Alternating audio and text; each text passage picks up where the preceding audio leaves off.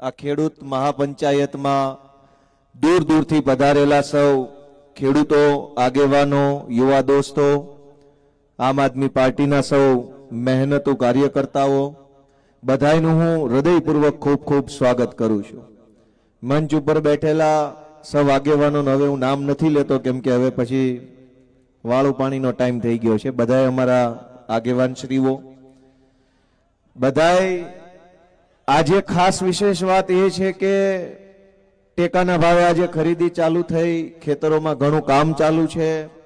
એ સિવાય પણ ઘણી બધી મુશ્કેલીઓ હોવા છતાંય બપોરના 3 વાગ્યાથી લઈ અને અત્યારે આ 7 વાગવા આવ્યા છતાંય તમે આટલી ધીરજ રાખીને બેઠા છો, એ બદલ હું બધાનો હૃદયપૂર્વક આભાર વ્યક્ત કરું છું. મિત્રો, ગુજરાતમાં વિસાવદર વિધાનસભાના ખેડૂતોએ જ્યારથી ક્રાંતિ કરી છે ત્યારથી આખા રાજ્યના લોકોની અંદર એક નવા પ્રકારનો આત્મવિશ્વાસ પેદા થયો છે. વર્ષોથી ભાજપની સરકારે એવું કરેલું કે કોઈ માણસને બોલવા દેવાનો નહીં, ગામમાંય નહીં, સીમમાંય નહીં, સોશિયલ મીડિયામાંય નહીં, મીડિયામાંય નહીં, સરકારી ઓફિસમાંય નહીં, ક્યાંય નહીં. સેજે મોઢું ખોલો, સેજે બોલો, સેજ પ્રશ્ન પૂછો તો કાં ભાજપના ગુંડાઓ અને કાં પોલીસ આવી અને તમને દબાવવાની શરૂઆત કરે. અને 30-30 વર્ષ સુધી આવી રીતે દાબ દબાણ અને દંડાની સરકાર ભાજપે ચલાવી. પણ જ્યારથી વિસાવદર વિધાનસભાના ખેડૂતોએ હાવણો માર્યો છે ત્યારથી આખા ગુજરાતના લોકોની અંદર એક નવો હિંમત આવી છે, નવો વિશ્વાસ આવ્યો છે. દોસ્તો, બધાય બોલતા થયા છે, અવાજ ઉઠાવતા થયા છે, નીડર બન્યા છે, પોતાના હક માટે લડતા થયા છે. અને લોકો જાગ્યા, લોકો બોલતા થયા, અવાજ ઉઠાવતા થયા. તો ભાજપ અને કોંગ્રેસ બેયના પેટમાં તેલ રેડાયું કે આટલા વર્ષથી દબીને રાખ્યા હતા એને આને બોલતા કેમ કર્યા. તમે આ ખેડૂતોના માવઠાની જે પ્રશ્ન બન્યો ત્યારે જોયું હશે કે અનેક લોકોએ, ખેડૂતોએ વિડીયો બનાવીને મીડિયામાં બાઇટ આપીને એનો વિરોધ કર્યો અને અવાજ ઉઠાવવાનું સ્વયંભૂ કામ કર્યું. અને એના કારણે સરકારની ઉપર દબાણ થયું. સરકારે કૃષિ મજાક પેકેજ જાહેર કર્યું. આંકડો બોલો તો એમ લાગે કે બધા ખેડૂતોના ફળિયામાં એક હેલિકોપ્ટર આવી જાય એટલા રૂપિયા ફાળવ્યા છે. અને બોલે એવી રીતે છાપામાં 10,000 કરોડનું પેકેજ. હાથમાં કેટલા આવશે? તો કે હાથમાં તમાકુ ને બીડી લેવા એટલા પૈસા આવશે. પણ મિત્રો, મને એક વાત યાદ આવી આ 10,000 કરોડના પેકેજ ઉપર. અહીં મંચ ઉપર બધા આપણા આગેવાનો એ વાત કરીને કે સરકારમાં આમ ને સરકારમાં તેમ ને સરકાર આમ. મને તો જ્યારથી વિસાવદરના લોકોએ ગાંધીનગર મોકલ્યો ત્યારથી મેં સરકાર ભાળી નથી. મને તો ત્યાં રોજ સર્કસ જોવા મળે છે. એ સર્કસ છે, સરકાર છે નહીં. તમે કોની વાત કરો છો? સરકાર હોવી જોઈએ ને. દોસ્તો, 10,000 કરોડ રૂપિયાનું પેકેજ આવીને જાહેર કર્યું. જૂના જમાનામાં ભવાયા આવતા, આખો દી ગામમાં માગે, પછી રાતે 92 લાખ માળવાનો રાજા બને. ગામ આખું બેઠું હોય સામે એમ કે માગ કે માગી આપું. એટલે જનતામાંથી કોઈ કઈ માગે કે ન માગે 10,000 કરોડ આપ્યા. ખબર પડે તો પાછો ઈનો હામો મળે કે ભાઈ 10 રૂપિયા આપો ને. થાય છે કે નથી થતું આવું? આ 92 લાખ માળવાના રાજા આવ્યા, 10,000 કરોડ આપીને ગયા છે. હાથમાં કાણી કોડી આવશે નહીં, પણ બધાય ખેડૂતોને લૂંટી લે. ખાતરમાં, દવામાં, બિયારણમાં, પાણીમાં, ટોલ ટેક્સમાં, આ ટેક્સમાં, તે ટેક્સમાં. દોસ્તો, સરકાર એક દૂધણી ભેંસ છે. પણ કમનસીબી ગુજરાતના ખેડૂતોની એવી છે કે મોઢું આપણા ભાગમાં આવ્યું અને પચવાડું કંપનીના ભાગમાં આવ્યું. તમારે નકરું ખાણ દીધા કરવાનું, પૂળા નાખ્યા કરવાના, નીળ નાખ્યા કરવાની. સરકાર ધરાય એટલે આંકોરથી કંપની કાઢી લે છે. સાચું હોય આ પાડો ને ખોટું હોય ના પાડો. તમે જેટલી મહેનત મજૂરી કરો બધું જ સરકાર તમારી પાસેથી લઈ જાય. અને પછવાડું ભાજપના ગુંડાઓના હાથમાં, કંપનીના હાથમાં, ઉદ્યોગપતિના હાથમાં, બુટલેગરોના હાથમાં વાહેલો ભાગ આવ્યો, આપણા ભાગમાં આગલો ભાગ આવ્યો. ગમે એટલી મહેનત કરો વધે નહીં કાંઈ. સરકાર ખાઈ જાય ને ઓલી બાજુથી કાઢી લે, દોઈ લે છે. દોસ્તો, આ પરિસ્થિતિની અંદર ગુજરાતના ગામડાનો છેવાડાનો માણસ દુખી છે અને દુઃખ એક વિષયનું હોત તો એનું નિરાકરણ ધીમે ધીમે આવી ગયું હોત. અહીંયા તો હોય એટલી વાતનું દુઃખ છે. આ 10,000 કરોડનું કૃષિ રાહત પેકેજ જે આપ્યું છે એની અંદરથી તો ખેડૂતને જેટલું નુકસાન ગયું એનું કઈ થાય એમ નથી. હેમંતભાઈ અને સામંતભાઈ બધાએ કીધું કે ભાઈ આનાથી 1 વર્ષનો ભૂકો આવે. આ અનેક ખેડૂતોના દીકરા દીકરીઓ અમદાવાદમાં, રાજકોટમાં, વડોદરામાં ભણે છે. એની ફી ભરવાના પૈસા ક્યાં? આ રાહત પેકેજ થી ફી ભરાઈ જાહે? ઘણાના ઘરમાં માંદગીનો ખાટલો છે, દવાખાનાનું બિલ આવી ચડ્યું છે, ક્યાં કરશું? કેટલાય ખેડૂતોએ આ વખતે લગ્ન લેવાનું નક્કી કર્યું છે કે ભાઈ આ વખતે માંડવી હારી થાય તો દીકરીને ઘર ભેગી એના કરી દઈએ, દીકરો પૌણાઈ દઈએ, એના ઘરે રહેતા થાય એવો વિચાર કર્યો હશે. સરકારને એ વાતની કોઈ ચિંતા નથી કે આ ખેડૂત દીકરી કેમ પૌણાવશે, ફી કેમ ભરશે છોકરાની, માંદા માણસના દવાખાનાનું બિલ કેમ ભરશે, કોઈ ચિંતા ત્યાં નથી ગાંધીનગરમાં. શું કામ? ગાંધીનગરમાં સરકાર નથી, આપણા બધાના મતથી ત્યાં સર્કસ ચાલુ કરેલું છે આ લોકોએ. અને સર્કસ કેવી રીતે એ હું તમને કહું. પ્રાથમિક શાળામાં ઓલી સંગીત ખુરશીની રમત આવે, એમાં એક જણો ખૂણામાં ઉભો ઉભો duck duck duck duck duck duck duck વગાડે એટલે ઓલી ખુરશી ફરતા ફરતા બધા ફરે. હોય છે કે નથી હોતું આવું? પછી અચાનક ઓલો વગાડતો બંધ થઈ જાય એટલે જેના હાથમાં જે ખુરશી આવીને બેસી જવાનું, ઉભા રહ્યા, આઉટ. હોય છે કે નથી હોતું આવું? ગુજરાતમાં છેલ્લા 10 વર્ષથી આવું હાલે છે. દિલ્હીમાંથી ખંજરી ખખડાવે, ડગ ડગ ડગ ડગ ડગ, મંત્રી બધા ગોળ ગોળ ફરે, કોકના હાથમાં આવીને કોકના હાથમાંથી ગઈ. 1.5-2 વર્ષ સુધી આવું હાલે. ત્યાં વળી દિલ્હીથી ડગ ડગ ડગ ડગ ડગ ડગ ડગ વગાડે ખંજરી, અહીં મંત્રી ગોળ ગોળ ફરે, કોકના હાથમાં ખુરશી આવીને કોકની ગઈ. થાય છે કે નથી થતું આવું? તો દોસ્તો, સરકારમાં આવું હોય કે સર્કસમાં આવું હોય? આ સર્કસ છે. તમે કોની પાસે આશા રાખીને બેઠા છો કે તમારી વાત સાંભળે? ન્યા કોઈ સરકાર નથી ભાઈ, ન્યા સર્કસ છે. એની સંગીત ખુરશીની રમત હાલે છે. અહીં આપણે વેદનાની વાત લઈને આવ્યા છીએ કે ભાઈ અમને આ તકલીફ છે, તે તકલીફ છે, ઓલી તકલીફ છે. ન્યા કોણ સાંભળશે? ન્યા કોઈ સરકાર નથી, સર્કસ હાલે છે. આ સર્કસને બંધ કરાવવા હાટું થઈને એક વખત આમ આદમી પાર્ટીને તમારા આશીર્વાદ આપો એવી વિનંતી કરવા આવ્યા. દોસ્તો, આ સર્કસ બંધ કરો. ખેડૂતના હાથમાં 5 પૈસા નથી અત્યારે. ચૂંટણી આવશે ત્યારે પૈસા આપવા આવશે. વિસાવદરની ચૂંટણી હતી, કોઈ સર્વે કર્યા વગર જેને જે જોઈએ એ ભાજપ વાળા આપતા હતા. સોગંદનામું નહોતા લેતા, ફોટો નહોતા માંગતા, કાંઈ નહીં, લઈ જવા. ગોપાલ નો આવવો જોઈએ. ચૂંટણી હોય ત્યારે દેવા માટે પૈસા છે, ચૂંટણી ન હોય ત્યારે દેવા માટે આશીર્વાદ ને ભાષણ જ હોય છે. અત્યારે આ ભાષણ છે, લઈ જાઓ. ચૂંટણી આવે ત્યારે ભાજપ વાળા આવીને આપી જશે. મિત્રો, આપણે વિચારવાનું છે કે આવું કેમ થાય છે. આપણે ખાતર નથી મળતું ને આમ છે ને તેમ છે ને 100 પ્રશ્નોની ચર્ચા કરી. મારે તમને એક વાત યાદ કરાવવી છે કે કોક માણસ બહુ પાપ કર્યા હોય ને, કોકનું ખોટું કર્યું હોય, વ્યાજે રૂપિયા આપી આપીને ખૂબ બીજા પૈસા પડાવી લીધા હોય, કોકની જમીનો લખાઈ લીધી હોય, કોકનું સરકારી નોકરી દરમિયાન કોકનું પડાવી લીધું હોય, એના ઘરમાં ક્યારેક કઈક દુર્ઘટના બને, જુવાન દીકરા દીકરી કે કઈક કોક કમોત મરે ને પછી પાપી માણસની આંખ ખુલી જાય અને પછી એ માણસ એમ વિચારે કે ભાઈ હવે આ મોત થઈ ગયું, ત્યાંથી મારી આંખ ખુલી, હવે મારે બીજું નવું પાપ નથી કરવું. દોસ્તો, ગુજરાતમાં અનેક લોકોએ પોતાના જીવનું બલિદાન આપ્યું, પણ એ બલિદાનથી આપણી આંખ ન ખુલી એટલા વર્ષ સુધી. આજ દેવભૂમિ દ્વારકાની અંદર ગયા વર્ષે 2 વર્ષ પહેલા ભાડતર ગામના ખેડૂતો પેલા 4 કરોડ રૂપિયા બૂચ મારી ગયા. ભાજપના માણસો એમાં આત્મહત્યા કરી લેવી પડી. દીકરીઓ રોતા રોતા વિડીયો બનાવ્યો અને એ પછી 2024માં લોકસભાની ચૂંટણી આવી. કોક માણસનું મોત આપણી આંખ ન ખોલી શક્યું. આ મોરબીનો બ્રિજ તૂટ્યો, 150 જણાનું મોત થઈ ગયું. કેટલાય બાળકો નીચે પડીને ગુજરી ગયા. એ નિર્દોષ બાળકોનું મોત ગુજરાતની જનતાની આંખ ન ખોલી શક્યું. હરણીની અંદર બોટ ઊંધી પડી, કેટલાય છોકરા નિર્દોષ એમાં મરી ગયા. એ મરી ગયેલા છોકરાનું કમોત આપણી આંખ ન ખોલી શક્યું. ગુજરાતમાં આજે એક ખેડૂતને અગાઉ બીજા 2 ખેડૂત 3 ખેડૂતોએ આત્મહત્યા કરી માવઠાના કારણે. એ મોત પણ આપણી આંખ નહીં ખોલી શકે. રાજકોટમાં અગ્નિકાંડ થયો, કમોત મર્યા લોકો, એ મોત આપણી આંખ ન ખોલી શક્યું. દોસ્તો, માણસનું મોત થયા પછી જો આપણી આંખ ન ખુલવાની હોય ને તો વાંક ભાજપનો નથી. આપણે વિચારવું પડશે કે આપણી આંખ ખુલતી કેમ નથી. એક દીકરો મરી જાય ને તો ભ્રષ્ટાચારી લાંચિયા અધિકારીની આંખ ખુલી જાય કે હવે ન લેવાય પૈસા. અહીંયા તો મોત ઉપર મોત, મોત ઉપર મોત, મોત ઉપર મોત.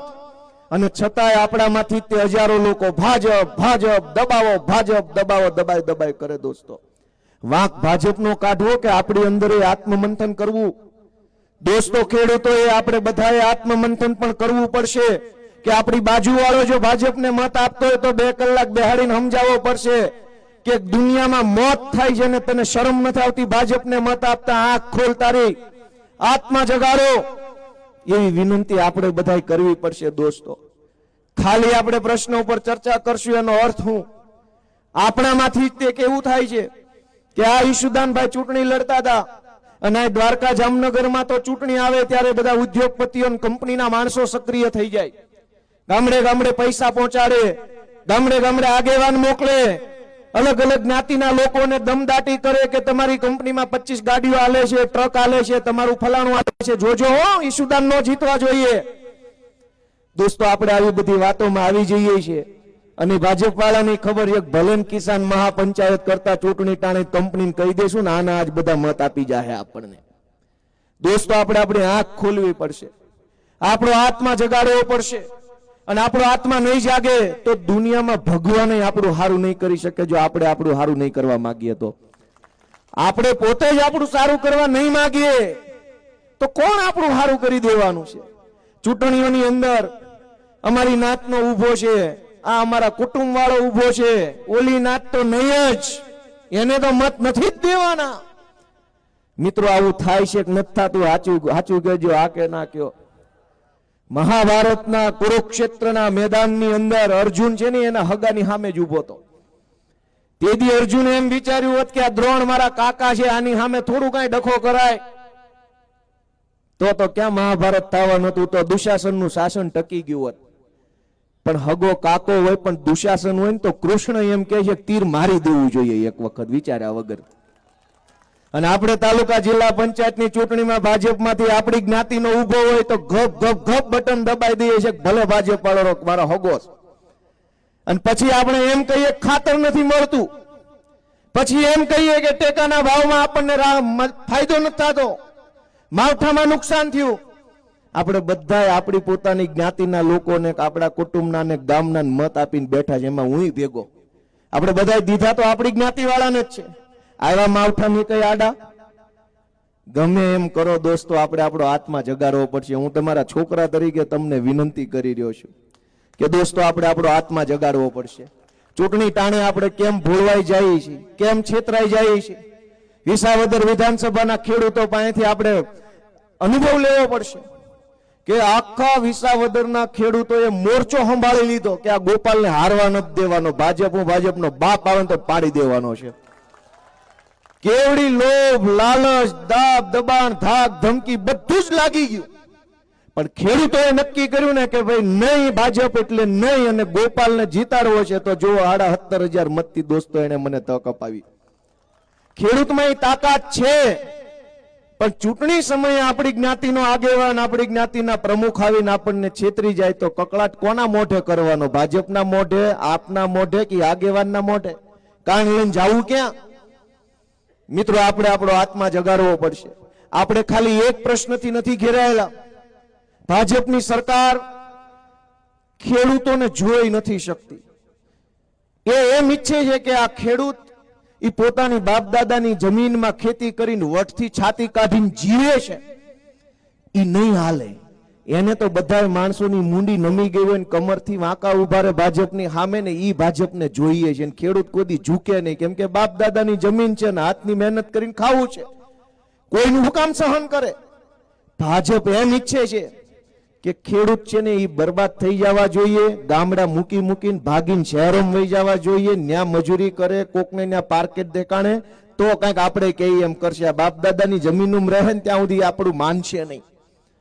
અને એટલે તમે જુઓ કે ડુંગરમાંથી માલધારી ખાલી કરાવવાની વાત કરી ઈસુદાનભાઈ અને બધા આગેવાનોએ અમારે એના જૂનાગઢના સાસણના જંગલમાં ઘણા નેહડા છે, ન્યાથી માલધારીઓને બહાર કાઢ્યા, અહીં બરડામાંથી બહાર કાઢવાનો પ્રયત્ન થઈ રહ્યો છે. વાત એટલી મર્યાદિત નથી, ખાલી ડુંગરમાંથી બહાર કાઢવાની વાત નથી. આ હારો હુંવાળો મલક છે ને, મલક ખાલી કરાવીને તમને બધાને શહેરમાં જબરજસ્તી મોકલવાનું ષડયંત્ર ભાજપે હાથ ધર્યું છે.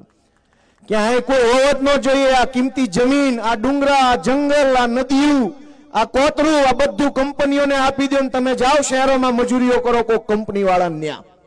તમે આ સ્વાભિમાનથી કેમ જીવો છો? અને એટલે ખેતી મૂકીને ખેડૂત ભાગી જાય, શહેરોમાં જબરજસ્તી જવું પડે. તમે જો ઇલેક્ટ્રિકના થાંભલાની લાઈનો આવે, પ્રકાશભાઈ વાત કરી, મન ફાવે નાથી લાઈનો નીકળે છે, મન ફાવે નાથી. અને લાઈન પોલીસ હોતી આવે, પોલીસ વાળા તે આપણા છોકરા હોય છે ને એની પાસે ભાજપ વાળા આપણને ધોકા મરાવડાવે છે. કોન્સ્ટેબલો કઈ ઉદ્યોગપતિ છોકરા નથી બનતા, આપણા છોકરા કોન્સ્ટેબલ બને છે. આપણા છોકરા પીએસઆઈ હોય એની જ પાસે આપણી ઉપર ધોકા મરાવડાવ્યા ભાજપની સરકાર. અને મન ફાવે એમ લાઈનો નીકળે, મન ફાવેના રોડ નીકળે, મન ફાવેના કેનાલના નામે સંપાદન થાય, જમીનો મફતના ભાવે પડાવી લે. સહકારી મંડળીમાં તમે ધિરાણ લેવા જાઓ તો તમારા નામે કેટલી ખોટી સહીઓ કરીને કરોડો રૂપિયાનું ધિરાણ ભાજપ વાળાએ લઈ લીધું હોય. વાત સાચી કે ખોટી? દોસ્તો, એક મુદ્દાની સમસ્યા નથી. સંપાદનના નામે જમીન પડાવી લેવી, લાઇટના થાંભલાના નામે માર મારવો, સહકારી મંડળીમાં ધિરાણ લેવા જાવ તો ધિરાણના નામે બોગસ સહીઓ કરીને અનેક ખેડૂતોના નામે ખોટી લોનો લઈ લીધી છે. આ પ્રશ્ન છે. થોડોક માલ મહેનત મજૂરી કરીને પાક એન્ડ માર્કેટિંગ યાર્ડમાં વેચવા જાવ તો ન્યા કરદો કરી નાખે આપણો. સહેજ બોલો તો પોલીસ પકડી જાય. સરકાર ચારેય બાજુથી એવો પ્રયત્ન કરે છે કે આ લોકો ગામ ખાલી કરીને વયા જાય તો આ કિંમતી જમીન ઉદ્યોગપતિને આપી દઈએ, આખે આખી ગામ હોતી. દોસ્તો, વિચારવાનું આપણે છે, આ બધું આપણા હાથમાં છે કે હવે હું ભવિષ્ય આપણું બનવાનું છે. આપણે જો ચૂંટણીઓની અંદર જાગૃત નહીં રહીએ, સજાગ નહીં રહીએ તો આપણું બધું જ વેચાઈ જવાનું છે. સીધી રીતે નહીં તો આડકતરી રીતે. આ સોલાર ને પવન ચક્કીઓ આવી ચારે બાજુ, કંપનીઓ કરોડો રૂપિયા કમાય છે. ખેડૂતને શું મળ્યું? ખેડૂતને કાંઈ મળ્યું નથી. અને ખેડૂતે જ્યારે માવઠા તાણે સહાય માગી તો સહાયના નામે મજાક કરી. ચૂંટણી તમે બધા તમારા ગામમાં જે ભાજપનો માણસ હોય એને જરાક પૂછજો કે ચૂંટણી ટાણે તો બહુ ડબલ એન્જિન કરો છો. ચૂંટણી ટાણે તો ડબલ એન્જિન હોય છે, ઉપરે અમારી હેઠે અમારી. હેઠે વાળા 10 આપ્યા, કયો ઉપર વાળાને ચાળે ઈ નાખે 50,000 કરોડનું પડીકું કરી દે. ડબલ એન્જિન જ છે તો કેન્દ્ર સરકારના પૈસા આવવા જોઈતા હતા. અહીંયા કેન્દ્ર વાળા કાકા તો કઈ બોલવાય તૈયાર નથી. જ્યારથી વિસાવદર વાળી થઈ છે ને ઝટકા ન્યા સુધી ગયા છે એના, એ તો ક્યાંય બોલવાય તૈયાર નથી. દોસ્તો, હું તો તમને એટલી વિનંતી કરવા આવ્યો છું તમારા દીકરા તરીકે કે પ્રશ્ન છે. એક પ્રશ્ન નથી, 2 નથી, 50 નથી, 60 નથી, 100 પ્રશ્નોથી આપણું જીવન ઘેરાયેલું છે. જવાબ એક જ છે કે એક વખત આને કાઢો અને એક વખત જનતાની સરકાર બનાવો ને તો જ આ બધા પ્રશ્નોનું નિરાકરણ આવવાનું છે. દોસ્તો મિત્રો, ગુજરાતની અંદર હજારો જગ્યાએ જનતા સાથે અન્યાય થાય છે અને એમાં કોઈ વાત સાંભળવામાં આપણી નથી આવતી. સરકાર તો પોતાની વાત ન માને એ મંત્રી બદલી નાખે છે. સરકારની વાત ન માને એ મંત્રી બદલાઈ જાય, સરકારની વાત ન માને એ એસપી બદલાઈ જાય, સરકારની વાત ન માને એ ધારાસભ્યની ટિકિટો કપાઈ જાય છે. તો તમારી વાત ન માની સરકાર નહીં બદલી શકો તમે? એની વાત ન માને એ બધું બદલાઈ જાય છે. તો તમારી વાત ન માને તો તમારે શું કરવું જોઈએ? દોસ્તો, વિચારો અને જે કાંઈ તમારો આત્મા કે, તમારું મન એમ કે ભાઈ આ અમારા દીકરા ગોપાલની વાત સાચી છે તો ગામ આખાને જઈને કહેજો કે સરકારને ન ફાવે સરકાર બદલી નાખે ને અમને ન ફાવે તો અમે સરકાર બદલી નાખીએ. આટલી સીધી સરળ વાત છે. અને મિત્રો, બીજી એક વાત એ કહેવા જેવી છે કે આ જ્યારથી અમારા રાજુભાઈ કરપડા, પ્રવીણભાઈ રામના નેતૃત્વમાં અમે ખેડૂતો માટેની લડાઈ હાથ ધરી, ભાજપ વાળાને તો ઠીક છે, ન ગમે એને તો બરાબર છે, ઓલ્યા નહીં ન ગમ્યું, એને ઉપાડો એક ધારો લીધો છે.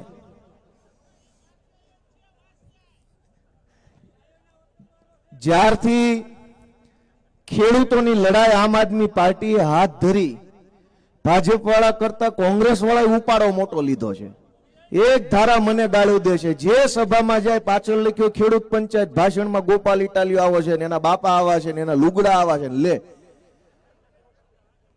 દોસ્તો, મારે કોંગ્રેસના મિત્રોને અહીંથી એક જ વિનંતી કરવી છે કે ભાઈ અમે જે હોઈએ તે, અમે નથી હારા, કાંઈ વાંધો નહીં, તમે બહુ હારા છો, જાવ સાયોના હોટલમાં આખા ગુજરાતના ખેડૂતોને બોલાવીને 2-2 લાખ રૂપિયા આપી દો. ચૂંટણી ટાણે આપતા હતા ને એવી રીતે તમને એ ફાવે જ છે. હોટલું બોલાવીને રૂપિયા આપતા ફાવે છે, ટ્રેનિંગ છે તમારી પાસે, લોકો પાસે પુરાવો છે, વિડીયો, સીસીટીવી કેમેરા, જાઓ આપો રૂપિયા ખેડૂતોને. કેમ અમારો વિરોધ કરવો? ચૂંટણી ટાણે હું ત્યાં ઉભો તો તેથી 2-2 લાખ રૂપિયા એક માણા દીઠ આપતા હતા, અને માણા લઈ આવે એને કમિશન પેટે 50,000 આપતા હતા. આપો ન ખેડૂતોને, જાઓ માવઠું આવ્યું છે તો 2-2 લાખ રૂપિયા ભાજપ પાસે લઈને. દોસ્તો તમે વિચારજો કે અત્યાર સુધી સેટિંગમાં કેવું હાલ્યું હશે. અમે આવ્યા ત્યારે આ બેયના ભોપાળા ખુલ્લા પડ્યા છે, બે ભૂરાયા થયા છે. એક હામટા બે ભૂરાયા થયા, એનો અર્થ શું થયો? બે ભેગા હતા, પણ ગામને ખબર નહોતી કે આ હારા ભેગા હશે. મિત્રો, હું તમને એક જ વિનંતી કરું છું કે અમે બધાએ બહુ મોટી લડાઈ હાથ ઉપર લઈ લીધી છે. ઓલું નથી કહેતા કે ભાઈ તમારા ભરોસે અમે શરત નાખી દીધી, જોજે હો ભાઈ પાછો.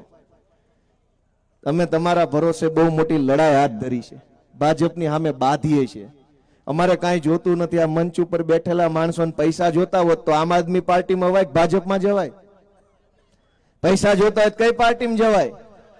મોટા મોટા હોદ્દા જોતા હોય કઈ પાર્ટીમાં જવાય? તાત્કાલિક મંત્રી બનવું હોય કઈ પાર્ટીમાં જવાય? જેને તાત્કાલિક મંત્રી નથી બનવું, જેને પૈસા નથી જોતા, જેને હોદ્દા નથી જોતા ને ઈ આ સ્ટેજ ઉપર બેઠા છે, ગુજરાતના ખેડૂતો માટે લડી રહ્યા. દોસ્તો, જોતું હોત તો ઓલા કાકાએ દુકાન ખોલી જ છે, ટેકાના ભાવે જે ભાવે લઈ લે છે.